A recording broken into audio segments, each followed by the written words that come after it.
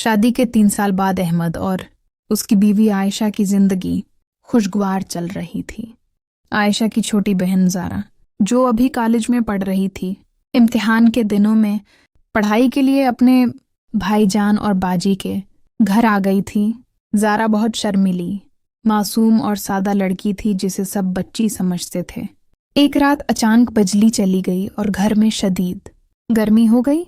आयशा अपनी माँ के घर गई हुई थी। अहमद ने देखा कि ज़ारा पसीने से तर हो रही है तो उसने नरम दिल से कहा, ज़ारा आज रात तुम मेरे कमरे में सो जाओ, मेरे पास बड़ा बस्तर है और कूलर भी चल रहा है। ज़ारा ने शर्माते हुए हाँ कर दी, क्योंकि वो बच्ची जैसी मासूम थी और उसे उन बातों का ज़्यादा पता नहीं था। अहमद ने सोचा कि वो तो अभी बच्ची है, उसे क्या पता।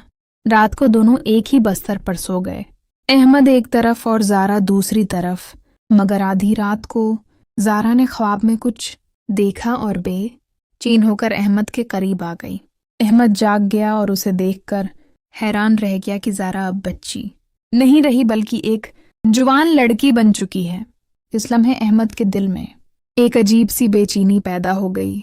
वो फौरन उठकर बाहर चला गया और सोचने लगा कि उसने ज़ारा को बच्ची समझकर अपने पास चला लिया था, मगर अब उसे एहसास हुआ कि वो पूरी औरत बन चुकी है। अगले दिन ज़ारा ने जब अहमद को शर्माते हुए देखा तो पूछा, भाई जान क्या हुआ? अहमद ने कुछ नहीं बताया, मगर उसके दिल में बहुत बड़ा तूफान था। वो सोच रहा था कि अगर आयशा को पता चल गया तो क्या होगा। ज़ारा भी अहमद की बेचैनी देखकर शर्मिंदा हो गई और सोचने लगी कि शायद इस रात उसने कोई गलती कर दी। अगले चंद दिन ज़ारा अहमद से नज़र मिलाने से ग्रीज करती रही और ज़्यादातर अपने कमरे में रहने लगी। अहमद भी घर में खामोश रहने लगा। आयशा जब वापस आई तो उसने दोनों की ये हालत देखी तो पूछा, क्या बात है? ज़ारा ने रोते हुए बताया कि भाईजान ने मुझे बच्ची समझकर रात अपने पास सला लिया था, मगर अब मुझे शर्म आ रही है। आयशा ने दोनों को तसल्ली दी कि ये कोई बड़ी बात नहीं, गर्मी थी, बिजली नहीं थी, भाई ने सिर्फ तुम्हारी देखभाल की थी। अहमद ने भी माफ़ी मांगते हुए कहा कि मैंने ज़ारा को अभी भी बच्ची समझा था, मुझे एहसास नहीं था कि वो इतनी बड़ी हो चुकी है। आयशा ने मुस्करा कर कहा कि रिश्तों में गलत फहमियाँ होती रहती हैं, मगर अच्छे लोग उन्हें हल कर लेते हैं। उसके बाद अहमद ने ज़ारा से बात की और कहा, ज़ारा तुम मेरी छोटी बहन हो, मैं तुम्हें हमेशा बहन की तरह ही देखूंगा। ज़ारा ने आंसू पूंछते हुए कहा, भाईजान आपने तो मेरी बहुत मदद की थी, मुझे शर्म नहीं आनी चाहिए थी।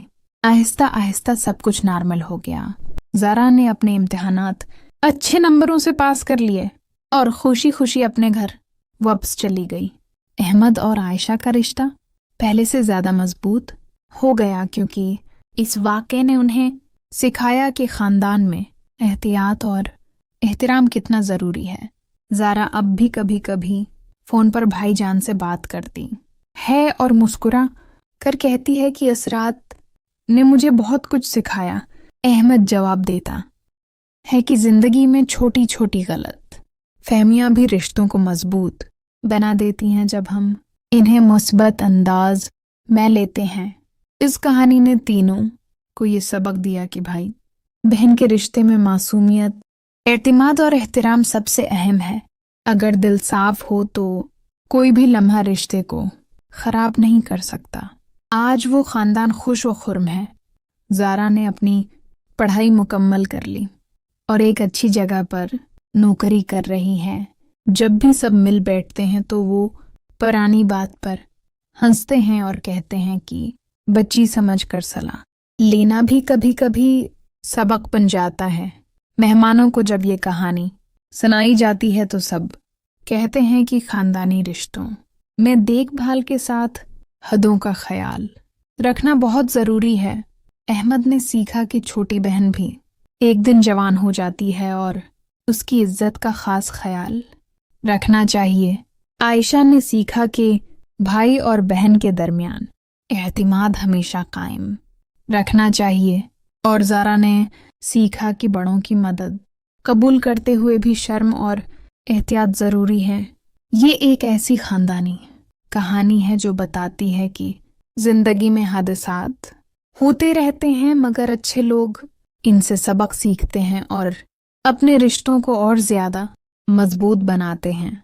आज भी जब ज़ारा घर आती है तो अहमद उसे बहन की तरह प्यार करता है और आयशा उसे बाजी की तरह गले लगाती है।